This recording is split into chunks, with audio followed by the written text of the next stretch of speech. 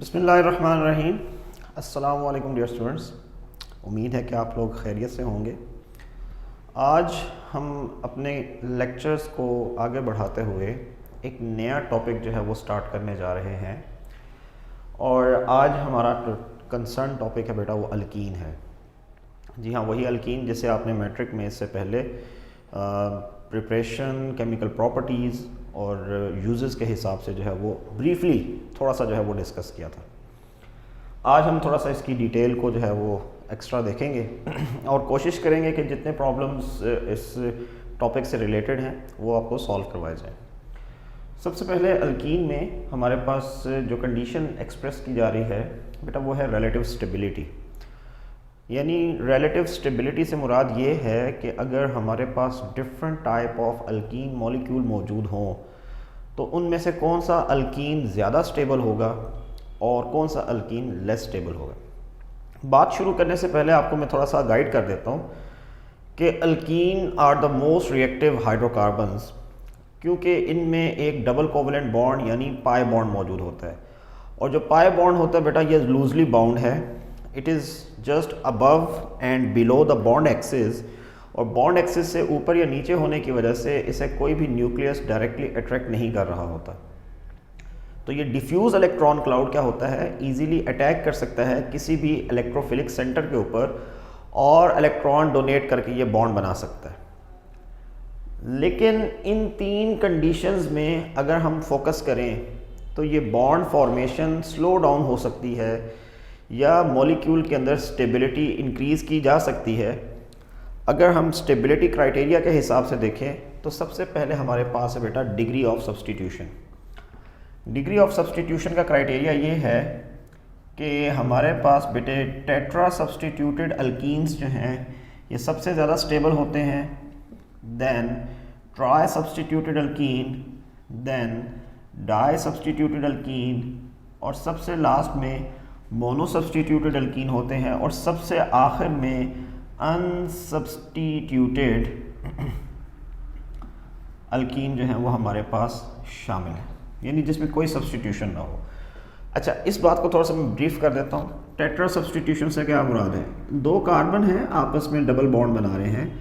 अगर इन दोनों कार्बन्स के साथ एवरी साइड हाइड्रोजन की जगह बल्कि ग्रुप्स आ जाएं तो बेटा ये जो बल्कि ग्रुप्स होते हैं ये बल्कि ग्रुप्स क्या करते हैं, इस मॉलिक्यूल को प्रोटेक्ट करते हैं फ्रॉम ऑल साइड्स और इस डबल बॉन्ड को इजीली रिएक्शन में पार्टिसिपेट नहीं करने देते। तो ऐसे अल्कीन टेट्रा सब्स्टिट्यूटेड होंगे और ये सबसे ज़्यादा स्टेबल होंगे।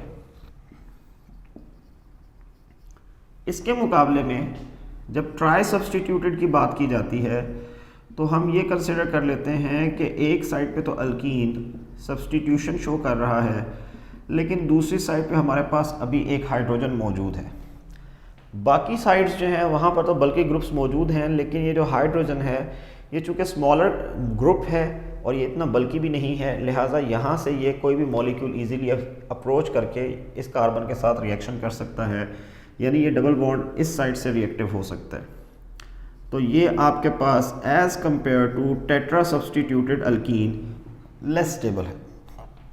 Die substituted alkene, di substituted alkene में आपके पास बेटा एक ये कंडीशन हो सकती है, इसके अलावा एक और भी होती है लेकिन वो हम अगली हेडिंग के साथ स्टीरियोकेमिस्ट्री में डिस्कस करेंगे।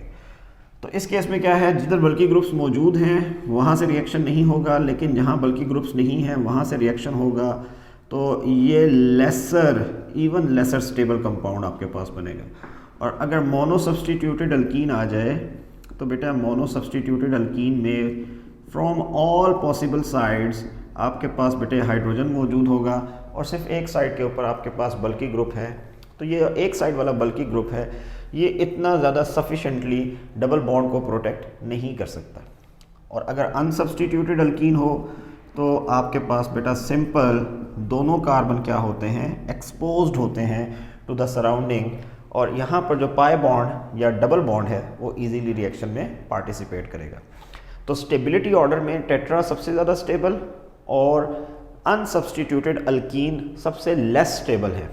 और अगर रिएक्टिविटी ऑर्डर की बात की जाए तो ये सबसे ज़्यादा रिएक्टिव और टेट्रा सब्स्टिट्यूटेड अल्कीन जो है वो सबसे कम रिएक्टिव होंगे। ओके, नेक्स्ट वन हम देखते हैं। इसके बाद बेटे हमारे पास एक कंडीशन जो और अवेलेबल है, इसको कहा जाता है स्टीरियोकेमिस्ट्री। स्टीरियोकेमिस्ट्री में बेटे आप लोगों ने डिस्कस किया है दो तरह के आइसोमर्स को, cis and trans.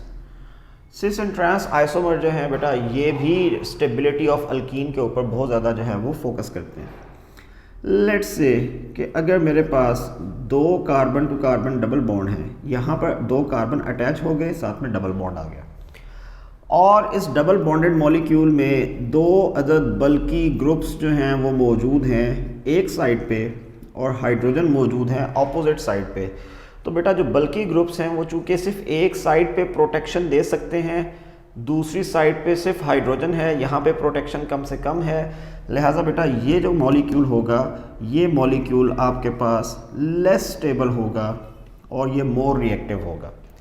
On the other hand अगर मैं इन्हीं दो कार्बन्स के दरमियान डबल बॉन्ड ड्रॉ करूं और इनमें बल्की ग्रुप्स को अटैच कर दूं ऑन ऑपोजिट साइड्स, तो अब की बार क्या होगा बेटा कि ये जो ऑपोजिट साइड पे ग्रुप्स होंगे, कुछ थोड़ी सी प्रोटेक्शन इस लेफ़्ट साइड से हो जाएगी, कुछ थोड़ी सी प्रोटेक्शन राइट साइड से हो जाएगी।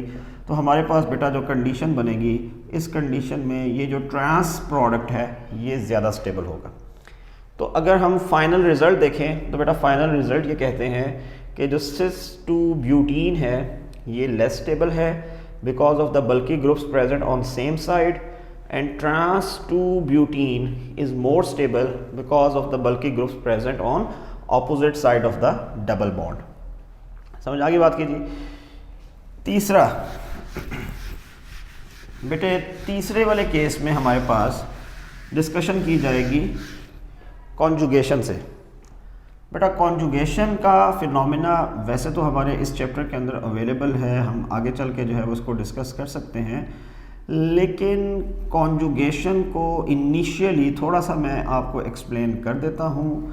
कॉन्जुगेशन का मतलब होता है लिंकिंग टुगेदर, यानी एक ऐसा बिहेवियर जिसमें आप पाई बॉन्ड्स को यूटिलाइज करें और उन पाई बॉन्ड्स की मदद से मुख्तलिफ कार्बन्स को आपस में ज्वाइन कर दें, लिंक कर दें, अटैच कर दें, तो ये फिनोमेना कॉन्जुगेशन कहलाएगा। मिसाल के तौर पर मैं आपसे ये कहता हूँ कि मेरे पास कंपाउंड है 1,3-ब्यूटाडाईन। अगर मैं 1,3-ब्यूटाडाईन ड्रॉ करूँ तो बेटा इसका फार्मूला होगा CH2CH double bond CH2। First carbon पे जो है वो आपके पास डबल बॉन्ड है और थर्ड कार्बन पे डबल बॉन्ड है। ये 1,3-ब्यूटाडाईन है। अगर मैं सारे हाइड्रोजन्स को इग्नोर करते हुए यहाँ पर सिर्फ कार्बन का स्ट्रक्चर ड्रॉ करूँ तो बेटा इन दो कार्बन्स के दरमियान क्या है, डबल बॉन्ड है। और डबल बॉन्ड कब बनता है, जब हमारे पास बेटा अनहाइब्रिड p ऑर्बिटल मौजूद होते हैं। तो ये दोनों अनहाइब्रिड ऑर्बिटल्स आपस में इलेक्ट्रॉन क्लाउड को शेयर कर सकते हैं। यहाँ दोनों के दरमियान क्या बन रहा है, डबल बॉन्ड बन रहा है। तो डबल बॉन्ड का मतलब ये है कि यहाँ पे भी अनहाइब्रिड p ऑर्बिटल्स है। कॉन्जुगेशन का मतलब ये है कि ये जितने भी अनहाइब्रिड p ऑर्बिटल्स हैं, if they are present consecutively on each carbon, then each p orbital has a chance to share its electron cloud with the neighboring p orbital। और अगर सारे p ऑर्बिटल अपना इलेक्ट्रॉन क्लाउड म्यूचुअली या equally share कर सकते हैं तो बेटा ये जो चार आपके पास डम्बेल्स हैं ये आपस में क्या करेंगे, कनेक्ट हो जाएंगे। यानी ये वाले डबल बॉन्ड्स जो हैं ये एक दूसरे के साथ अपनी पोजीशंस को एक्सचेंज कर सकेंगे। अगर इनकी पोजीशन एक्सचेंज हो सकती है तो हम कहेंगे ये फिनोमेना है कॉन्जुगेशन का, और इस कॉन्जुगेशन की वजह से ये वाला मॉलिक्यूल क्या हो जाएगा, आपके पास एक स्टेबल मॉलिक्यूल हो जाएगा। दूसरी तरफ अगर आप एक और एग्जांपल देखें 1,4-पेंटाडाईन, और अगर मैं इसका स्ट्रक्चर ड्रॉ करूं तो अब क्या होगा, ये बन जाएगा 1CH2 double bond CH, then CH2, then CH double bond CH2। अगर मैं इस क्राइटेरिया के हिसाब से यहाँ पर जो है वो स्ट्रक्चर ड्रॉ करूँ, तो बेटा कंडीशन कुछ यूँ होगी कि हमारे पास टोटल कितने कार्बन है, 5 कार्बन। पहले 2 कार्बन्स के दरमियान डबल बॉन्ड है तो यहाँ पे अनहाइब्रिड p ऑर्बिटल होगा। ये सारे सिंगल बॉन्ड है तो कोई p ऑर्बिटल नहीं। यहाँ पे भी 2 आपके पास ऑर्बिटल्स होने चाहिए, क्योंकि बेटा यहाँ पे भी पाई बॉन्ड बन रहा है। अब इन दोनों कंडीशंस में डिफरेंस देखें। ये एक ऐसी कंडीशन है कि जिसमें आपके पास दोनों पाई ऑर्बिटल्स लेफ्ट एंड राइट ये एक दूसरे से दूर हैं, दे आर आइसोलेटेड, और इनकी आइसोलेशन के लिए दरमियान में ये एक CH2 ग्रुप मौजूद है। तो ये वाला इलेक्ट्रॉन क्लाउड कभी भी दूसरे इलेक्ट्रॉन क्लाउड के साथ अपना शेयरिंग का फिनोमेना शो नहीं करेगा। लेकिन यहाँ पर ये चारों ऑर्बिटल्स चूँकि कंसेक्यूटिव हैं, तो कंसेक्यूटिव होने की वजह से इनमें इलेक्ट्रॉन क्लाउड की शेयरिंग होगी। तो ये कंडीशन है कॉन्जुगेशन या कॉन्जुगेटेड सिस्टम, और ये कंडीशन है आपके पास आइसोलेशन या आइसोलेटेड सिस्टम। तो बेटा जो आइसोलेटेड सिस्टम होते हैं ना, इसमें इलेक्ट्रॉन क्लाउड अपनी जगह पे फिक्स रहता है। फिक्स इलेक्ट्रॉन क्लाउड जो है ये आम तौर पर इजीली अवेलेबल है फॉर द रिएक्शन, और जो इलेक्ट्रॉन जल्दी से अवेलेबल होते हैं रिएक्शन के लिए वो आपको रिएक्टिव अल्कीन प्रोवाइड करते हैं। दूसरी तरफ ये आपके पास जो आइसोलेटेड सिस्टम है, कॉन्जुगेटेड सिस्टम है, इसमें चारों के चारों इलेक्ट्रॉन क्लाउड्स आपस में शेयर्ड होते हैं। तो शेयर्ड होने की वजह से कॉन्जुगेशन होती है, और कॉन्जुगेशन में क्या होता है कि आपका इलेक्ट्रॉन क्लाउड बिजी है इन रेजोनेंस और डीलोकलाइजेशन। तो जब वो डीलोकलाइजेशन में बिजी है तो वो रिएक्शन करने के लिए इजीली अवेलेबल नहीं है। तो बेसिकली बेटा 3 फैक्टर्स हैं, इन 3 फैक्टर्स की वजह से आपके पास अल्कीन जो है वो एक्स्ट्रा स्टेबल हो सकते हैं। So this was all about the stability of alkyne. इंशाल्लाह नेक्स्ट लेक्चर में हम अल्कीन के प्रिपरेशन रिएक्शंस को और उसकी केमिकल प्रॉपर्टीज़ को जो है वो फोकस करेंगे। तब तक के लिए अल्लाह हाफिज़।